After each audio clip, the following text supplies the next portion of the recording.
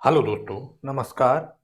यूं तो एसआईआर को लेकर के काफ़ी इंफॉर्मेशन अब मार्केट में आम हो गई है और काफ़ी सोर्सेज अब अवेलेबल हैं जो एसआईआर हो रहा है उसको लेकर के। लेकिन फिर भी मैंने सोचा कि क्यों ना मैं भी एक छोटा सा शॉर्ट वीडियो एसआईआर का फॉर्म किस तरीके से भरना है उस पर क्रिएट किया जाए। तो एक शॉर्ट में और डिटेल में एक वीडियो में ये डेवलप कर रहा हूँ। तो देखिए, एसआईआर में जहाँ तक बात है, यूं तो एसआईआर में तीन कैटेगरी हैं। तीन कैटेगरी कैसी हैं कि एक तो है कि 87 से पहले जिनका डेट ऑफ बर्थ हो, जिनकी 87 से पहले डेट ऑफ बर्थ हो, 1987 से पहले जिनकी डेट ऑफ बर्थ हो। एक है जिनकी डेट ऑफ बर्थ 2004 से पहले हो, और फिर तीसरा कैटेगरी है जिनकी डेट ऑफ बर्थ 2004 के बाद हो। ये तीन कैटेगरी में एसआईआर को वैसे डिवाइड किया गया है, लेकिन ब्रॉडली जब आप फॉर्म को भरेंगे तो एसआईआर में दो ही कैटेगरी हैं। एक तो कैटेगरी ये है कि आपका क्या नाम 2002 की जो वोटर लिस्ट है, जो 2002 की जो वोटर लिस्ट है, क्या उसमें आपका नाम है या नहीं है। या तो आपका 2002 की वोटर लिस्ट में नाम है या आपका 2002 की वोटर लिस्ट में नाम नहीं है।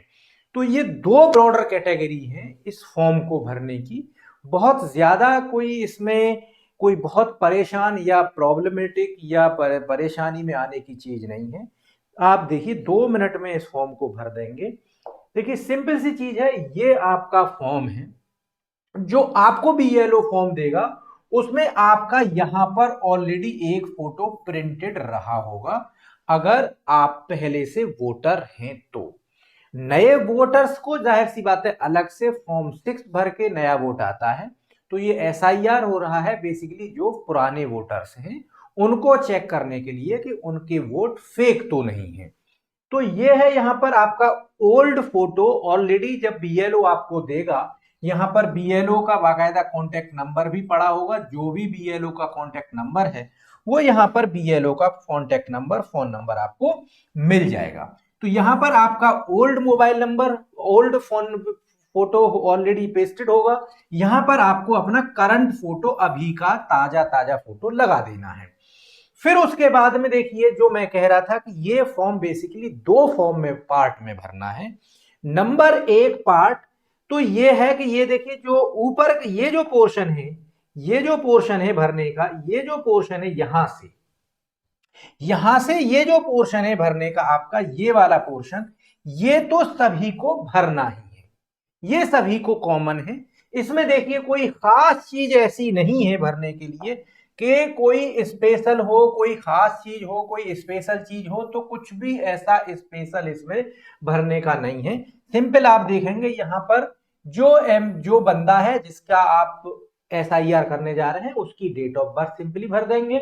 दूसरा है, अगर उसका आधार नंबर है, और ऑब्वियस बात है आज की डेट में आधार सभी के पास अवेलेबल है, तो यहां पर आप उसका आधार नंबर फिल कर देंगे, उसका आधार नंबर भर देंगे। वैसे ऑप्शनल है, यानी कि ये मैंडेटरी नहीं है, जरूरी नहीं है भरना। अगर आपके पास आधार नंबर नहीं भी है तब भी काम चल जाएगा, क्योंकि आपको पता है कि एसआईआर में आधार को, जो इलेक्शन कमीशन ऑफ इंडिया है, उसने इसको जो है एक प्रूफ नहीं माना है, सिटीजनशिप का, नागरिकता का प्रूफ नहीं माना है। इसलिए उन्होंने आधार नंबर को ऑप्शनल रखा है। उसके बाद में मोबाइल नंबर, आप मोबाइल नंबर अपना भर सकते हैं। सभी के पास मोबाइल नंबर है, आपके पास किसी के पास मोबाइल नंबर नहीं भी है तो अपने किसी रिलेटिव का मोबाइल नंबर भर सकते हैं। फिर उसके बाद में फादर्स नेम, फादर्स नेम या गार्जियन नेम। तो जाहिर सी बात है, फादर का नाम यानी जिसकी ये एसआईआर का फॉर्म भरा जा रहा है, जिसके उसके पिता का नाम आपको यहां पर भरना है। फिर आपके पिता का अगर कोई इपिक नंबर है, यानी उन आपका जो भी कोई जिसका भी एसआईआर फॉर्म भरा जा रहा है, उसके पिता का, उसके फादर का जो वोटर कार्ड होगा उस पर जो है इपिक नंबर होगा। अगर अवेलेबल है तो भर दे, नहीं अवेलेबल है तो नहीं भरे। ये किस केस में अवेलेबल नहीं होगा?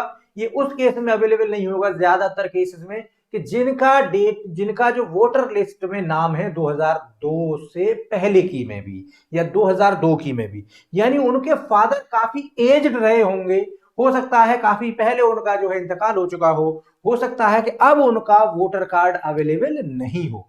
तो इसलिए ये रखा गया है कि फादर का एपिक नंबर अगर है तो भर दें, नहीं है तो नहीं भरे, क्योंकि ये जो कॉलम अभी चल रहा है यहां तक ये सभी के लिए है, सबको भरना है।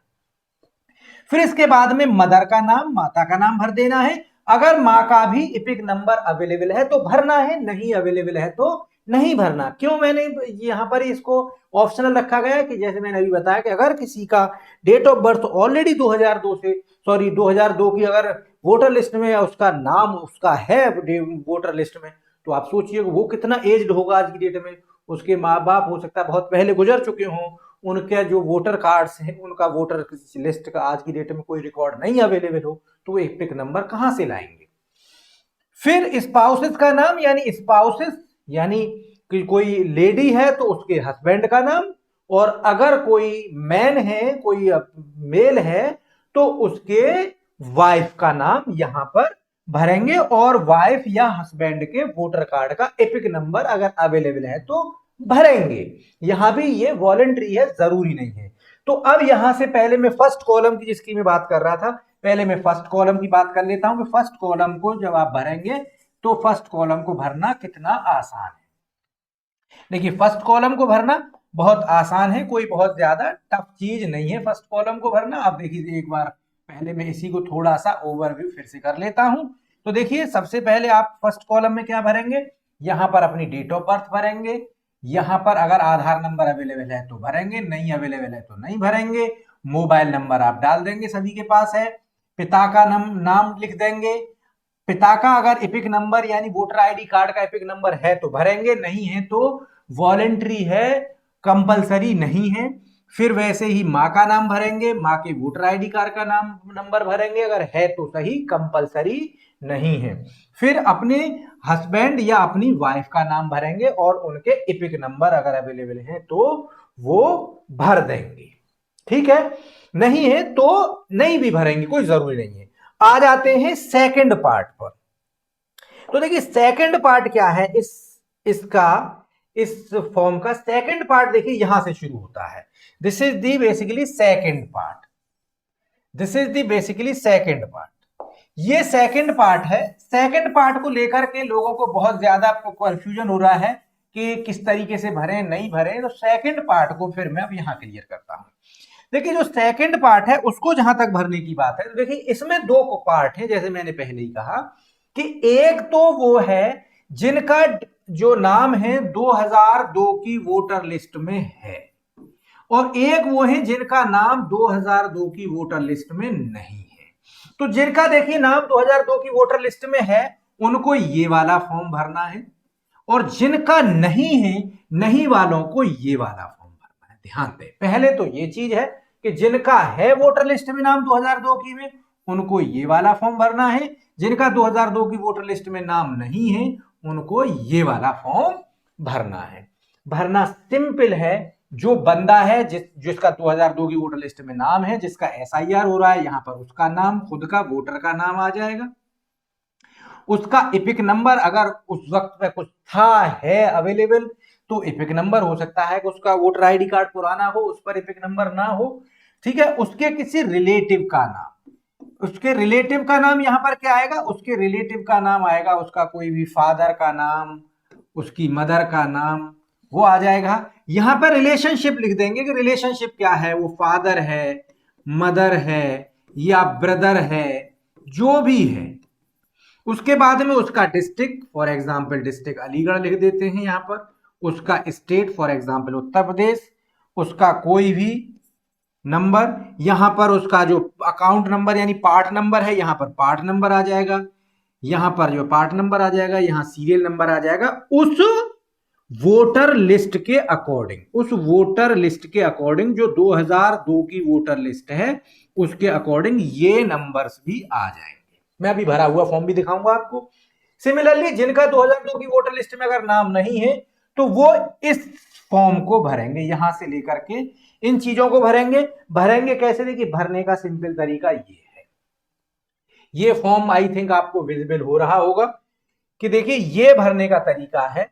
ये जो ऊपर है, ऊपर का जो डेटा है ये कॉमन है, कॉमन टू ऑल, जो मैंने बताया सभी को भरना है। ये डेटा सभी को ये कॉमन है, सभी को भरना है। लेकिन ये डेटा, ये वाला कॉलम किसको भरना है? जिनका 2002 की वोटर लिस्ट में या 2003 की वोटर लिस्ट में नाम है, उनको अपना नाम भर देना है। जो 2002 2003 की वोटर लिस्ट में है, उनके वोटर कार्ड का यानी इपिक नंबर, पिता का नाम, पिता और जो भी जिला है उसका। और जिसका 2002 की वोटर लिस्ट में नाम नहीं है, यानी मेरे जैसे लोग, उनके लिए यहां वाला फॉर्म भरना है। यहां पिता, माता, दादा, जो भी उसका रिलेटिव है, जहां से भी प्रूव कर सकता है कि वो जो है उनका रिलेटिव है, और उनके जो उसके रिलेटिव है, यानी पिता है, माँ है, दादा है, दादी है, उसका ही यहां पर इपिक नंबर आ जाएगा, वोटर कार्ड का नंबर आ जाएगा। फिर उसके बाद में यहां पर लिखना है रिलेशन।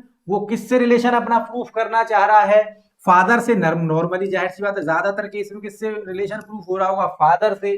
कुछ का फादर से रिलेशन हो सकता है प्रूफ नहीं हो रहा होगा, कुछ वजह हो सकती है, तो दादा, दादी, माता, किससे भी रिलेशन प्रूफ कर सकता है। जो रिलेशन है वही रिलेशन यहां पर लिखेगा।